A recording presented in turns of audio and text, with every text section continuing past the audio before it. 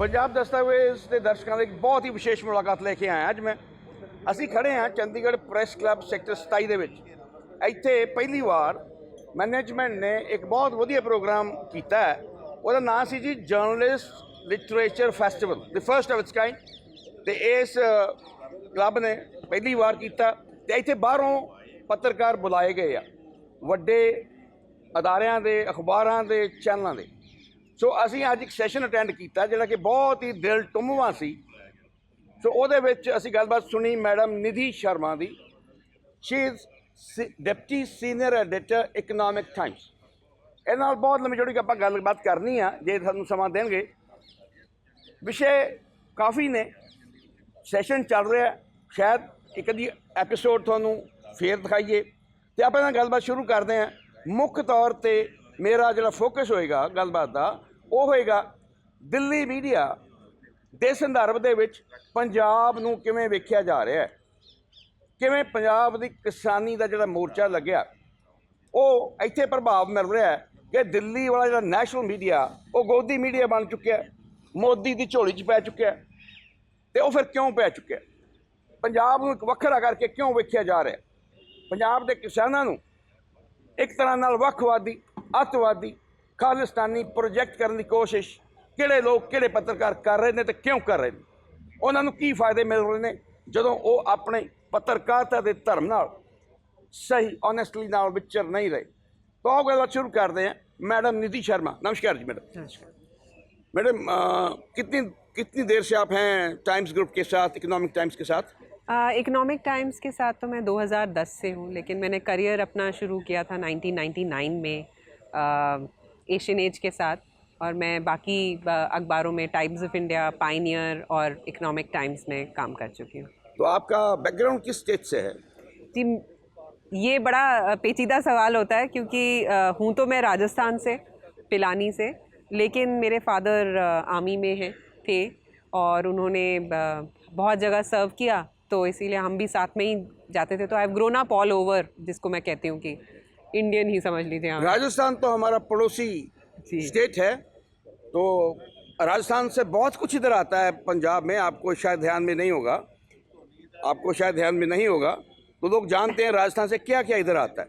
क्या क्या इधर आता है वो मैं शायद चैनल पे ना बताऊं। बहुत मज़ेदार चीज़ें आती हैं जो किसान इस्तेमाल करते हैं। सबसे ज़्यादा राजस्थान से पंजाब में आते हैं डोडे, जिसको बोलते हैं भुक्की। और राजस्थान से ट्रकों के ट्रक आते हैं, पंजाब में आते हैं, पंजाब आनंद लेता है उनका। लोग खेतों में काम करते हैं राजस्थान का ये सामान खा के। खैर ये इलीगल है लेकिन चलता है, रुकना चाहिए, कोशिश जारी है। तो मैडम आपका पहला विजिट है यहाँ पे प्रेस क्लब में? प्रेस क्लब में नहीं, मैं एक्चुअली पंजाब का इलेक्शन कवर करने के लिए बहुत बार आती हूँ। 2007 से आ रही हूँ। और अभी लास्ट जो पंजाब का विज़िट था वो काउंटिंग डे 2022 में था, जब सरकार बन रही थी, तब लास्ट विज़िट था। तो यहाँ पे पंजाब में आजकल माहौल बहुत गरमाया हुआ है और लोगों को ये शिकायत है दिल्ली मीडिया से, जिसको हम पंजाब में ज़्यादातर लोग गोदी मीडिया ही बोलते हैं, मोदी मीडिया और गोदी मीडिया। तो आप इस जो नॉमेनक्लेचर है, जो आपको ये टैग दे दिया गया दिल्ली वालों को, उसके बारे में क्या कहेंगे? देखिए, एक पेंट ब्रश से, जैसे कहते हैं ना, to paint everything with a single stroke is very unfortunate. तो हम भी अपना काम कर रहे हैं, जैसे आप लोग अपना काम कर रहे हैं यहाँ पे, हम भी वहाँ काम कर रहे हैं। मैं पर्सनली इस बार गई फार्मर्स प्रोटेस्ट कवर करने के लिए गई। शंभू नहीं, मैं खनौरी साइड, जी मैं खनौरी गई। हमने वहाँ पे लगभग पूरा दिन वहाँ पे बिताया, सारे फार्म लीडर्स से बात की।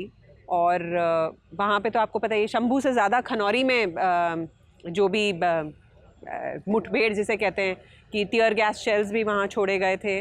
और उसके बाद हमारे, जिस दिन हम गए उसके अगले दिन ही एक मौत हो गई थी फायरिंग में। तो जी हमने कवर किया। मैंने एक बहुत बढ़िया एक पॉडकास्ट जो सोशल मीडिया में बहुत अच्छा चल रहा है वो भी किया, हर पक्ष सामने रखा है। तो इसमें से मैं सहमत नहीं हूँ कि दिल्ली मीडिया अपना काम नहीं करता।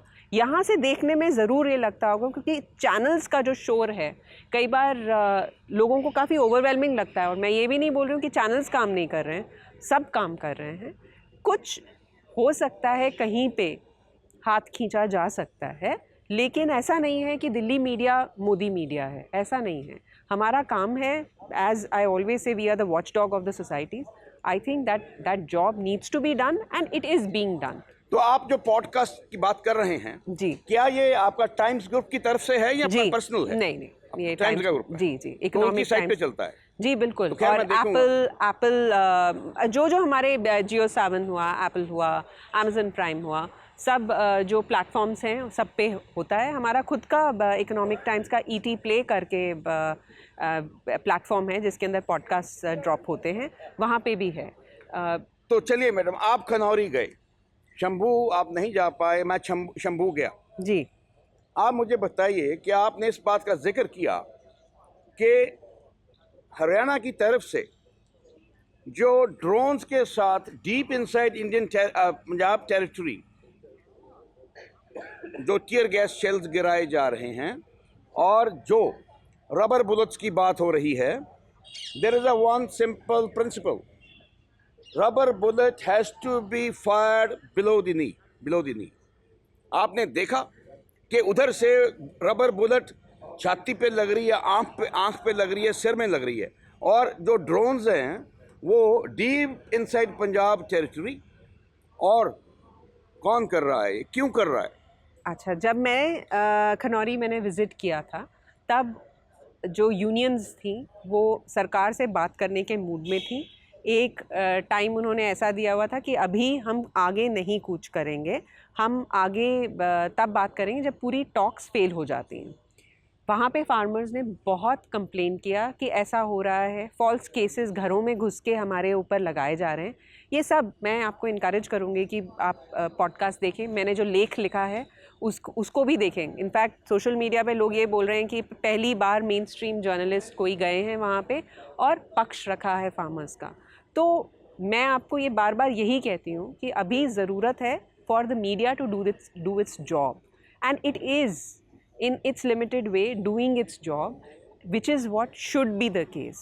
कि आप जैसे बोल रहे हैं कि उनके ऊपर रबर बुलेट्स हुए हैं, सब चीज़ें सब जगह यूट्यूबर्स भी दिखा रहे हैं, और इनफैक्ट कुछ चैनल्स भी दिखा रहे हैं कि इनफैक्ट कुछ चैनल्स पे मैं अभी थोड़े दिन पहले देख रही थी कि वो बोल रहे थे कि एक राइट टू प्रोटेस्ट होता है तो शायद फार्मर्स को आगे आने देना चाहिए। कुछ लोगों ने यहाँ तक सपोर्ट किया है। बहुत इक्का दुक्का, very feeble voice, very feeble. दूसरी बात मैं ये कह रहा हूँ, वो जैसे मैंने आपको बताया, this is violation of warfare जो है प्रोटेस्टर्स के साथ चल रहा है। अगर उस तरफ की जो रैपिड एक्शन फोर्स लगी हुई है वहाँ पे, you must have seen rapid action force, अगर वो डीप इनसाइड पंजाब में आके नुकसान करती है, लोग जख्मी हो रहे हैं, और जो बुलेट चला रहे हैं रबर बुलेट, वो जो पैरामीटर्स हैं प्रोटेस्टर्स को कंट्रोल करने के लिए, उसकी वायलेशन हो रही है। इसके बारे में कितने लोगों ने, दिल्ली वालों ने आवाज़ उठाई, प्रोमिनेंटली हाईलाइट किया, इसको फ्लैग किया। इक्का दुक्का शो में बोल देना कि ऐसा हो रहा है, उसको जिक्र होता है, लेकिन व्हाट आई फील, जो हम यहाँ पे फील करते हैं पंजाब में जी, कि बहुत मध्यम, कमज़ोर, the feeble voice, you can be a odd journalist out. I agree, I appreciate, आपने पॉडकास्ट की बात की, मैं देखूंगा उसको, मैं आपसे फ़ोन नंबर लेके दोबारा संपर्क में भी रहूँगा। आप जैसे लोग कितने हैं दिल्ली में, बताइए। देखिए, एक आवाज़ भी काफ़ी होती है अगर मैं बोलूँ तो, ठीक है। दूसरी बात कि मुझे जहाँ तक लगता है वो एक वॉर ऑफ नैरेटिव्स जो होता है, वो कहीं पे जो है वो किसान बनाम सरकार वाला जो नैरेटिव है, वो उसको बहुत बारीकी से देखने की ज़रूरत है। जो जिस तरीके से पिछली बार रेड फोर्ट पे झंडा फहराया गया था, उससे शायद जो सरकार है वो चिंतित दिखती है। ऑल्सो जो टाइमिंग है, we can not ignore the timing of the protests. इसके कारण एक सरकार और किसान के बीच में एक मिसट्रस्ट है जिसको हटाने की बहुत ज़रूरत है, क्योंकि यहाँ पे ज़रूरत है एक इवन हेडेड एक वॉइस आए और बताए कि हमें बात करनी है, ना इनको कुछ गलत चाहिए ना वो कुछ गलत बात कह रहे हैं। तो वो एक इवन हेडेड, क्योंकि यहाँ पे हम चाहे चैनल्स पे खड़े होके चिल्ला के कुछ भी बोल दें, उसका फ़र्क नहीं पड़ता। अगर दिल्ली में बैठे एक आदमी को चाणक्यपुरी में भी, जो कि शायद 200 किलोमीटर दूर है बॉर्डर से, जहाँ पे किसान बैठे हुए हैं, वहाँ पे भी अगर बैरिकेडिंग होती है तो उसका कोई मतलब नहीं होता है। आप समझ रहे हैं? तो आप तो क्रिटिसाइज करती हैं, वहाँ नहीं होनी चाहिए। मैं ये बोल रही हूँ कि कहीं पे इतना मिसट्रस्ट है। मैं ये नहीं बोल रही हूँ कि मैं किसके साथ हूँ, वो मेरा काम नहीं है, मेरे पर्सनल व्यूज़ इंपॉर्टेंट नहीं है। मैं ये बोल रही हूँ कि जो एक मिसट्रस्ट क्रीप इन हो जाता है सरकार और किसी भी उसमें, वो हो चुका है।